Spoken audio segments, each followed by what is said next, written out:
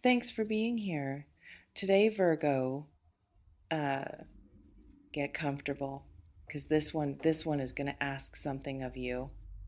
Not just to listen, but to really look at what you've been doing, possibly without even realizing you've been doing it.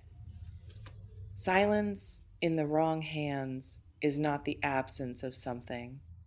It is a presence dense, deliberate, and more penetrating than any word that could have been chosen in its place.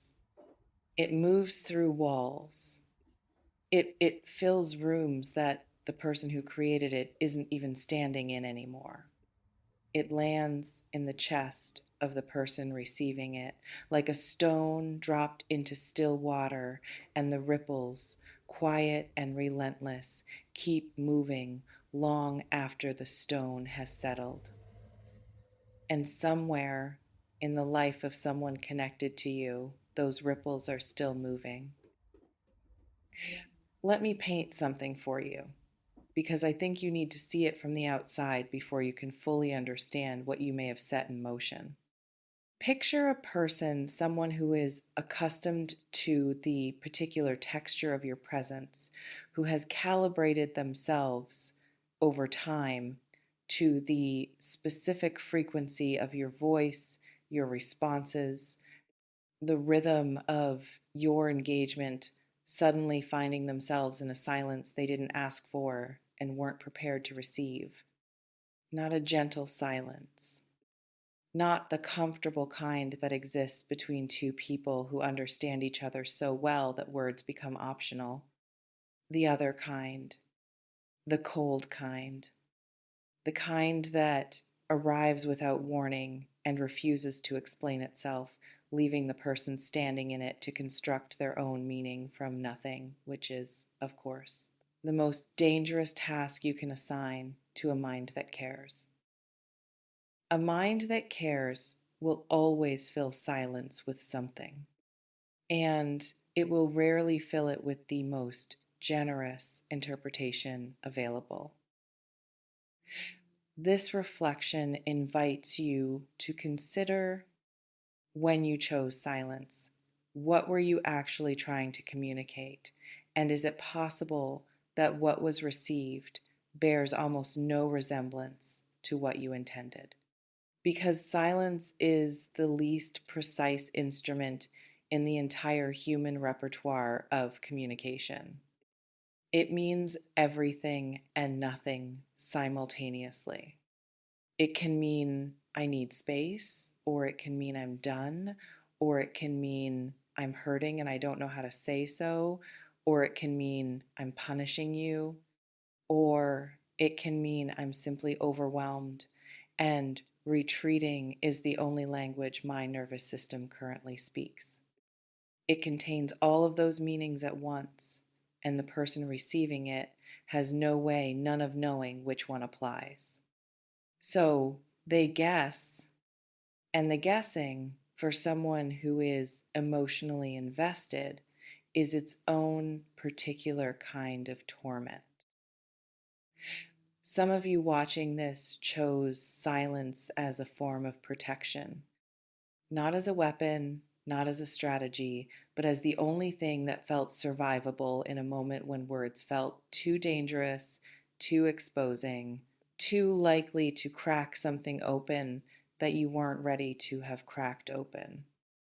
And that makes sense. It is a completely human response to reach for quiet when everything inside is too loud.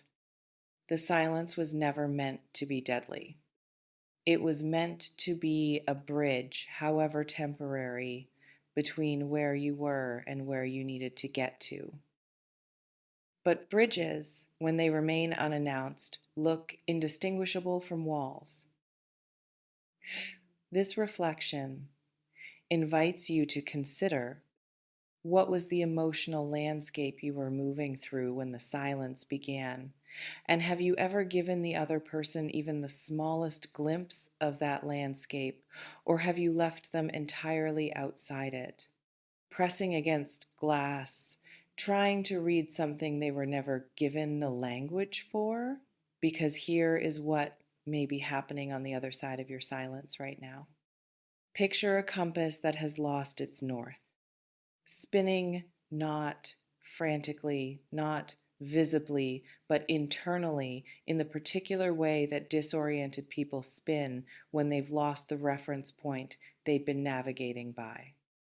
They may be replaying conversations, searching for the moment everything changed, trying to locate the exact word or gesture or omission that preceded the quiet. They may be finding things that aren't there, inventing culpability they don't actually carry because the mind, confronted with silence and no explanation, will manufacture an explanation of its own. And the manufactured explanation is almost always harsher than the truth. They can't believe you did this. That sentence carries weight in both directions, and I want you to feel both of them.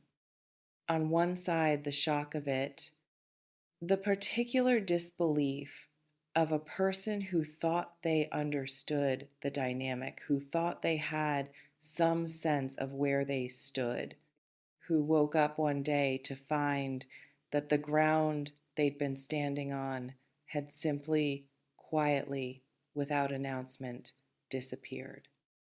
On the other side, and this is the part that matters enormously, the fact that they can't believe you did this tells you something about how they see you.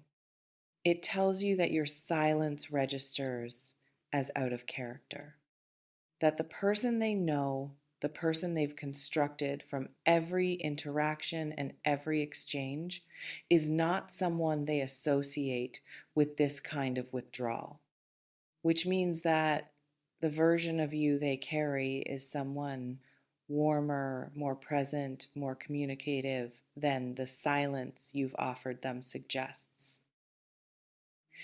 This reflection invites you to consider, what does it mean to you that your silence has registered as a shock rather than an expectation? And what is that gap between who they believe you to be and what you've given them tell you about what this connection actually holds? Now I want to talk about the head because it's messing with their head, and I think that phrase deserves to be unpacked rather than simply felt. When something messes with a person's head, it isn't just confusion. It's the specific cognitive dissonance of holding two contradictory truths simultaneously, the warmth they experienced from you and the cold they are currently receiving. The person who showed up and the person who disappeared, the connection that felt real and the silence that makes them question whether any of it was what it seemed. That dissonance is exhausting to inhabit. It doesn't rest. It follows a person through their ordinary days, into their mornings, into their quiet moments, into the spaces between other things, where the mind naturally returns to whatever it hasn't resolved. And it sits there, patient and relentless, waiting for something, a word, a signal, anything that might allow it to finally settle. Some of you need to hear this gently, and some of you need to hear it directly, and I'm going to offer both at once. The silence may have made sense from where you were standing. It may have been the only thing available to you in that moment. And it has also caused something real in another person, something that deserves to be acknowledged rather than rationalized. Not because you are obligated to explain yourself to everyone who wants an explanation, you are not. But because the specific person receiving this specific silence may carry more significance in your life than the distance you've placed between you currently reflects. This reflection invites you to consider, if you could step outside the silence for one moment, not to resolve everything, not to have the entire conversation at once, but simply to let this person know that the silence is not the final word. Would the relief of doing that belong only to them, or would some portion of it belong to you as well? Because here is what silence does to the person who creates it when it runs longer than intended. It begins to solidify. What started as a temporary withdrawal starts to feel permanent, not because you decided it would be permanent, but because the longer it continues, the harder it becomes to find the door back through it. The accumulation of unsaid things creates its own weight, and that weight makes the silence feel increasingly like a commitment you didn't consciously make, but are now somehow bound by. You are not bound by it. The door is still there. It has not sealed itself shut simply because time has passed and the quiet has deepened. It remains exactly where you left it, and the decision of whether to open it is still entirely and completely yours. The power is yours. It always has been. Not the power to undo what the silence has already created in them. You cannot reach back and undo the ripples already moving through still water. But the power to decide what comes next, whether the silence becomes the last chapter or whether it becomes, in retrospect, the pause before something more honest than anything that came before it. Your silence is deadly. Not eventually, it has been working on them already, quietly and thoroughly, in every unoccupied moment of every day since it began.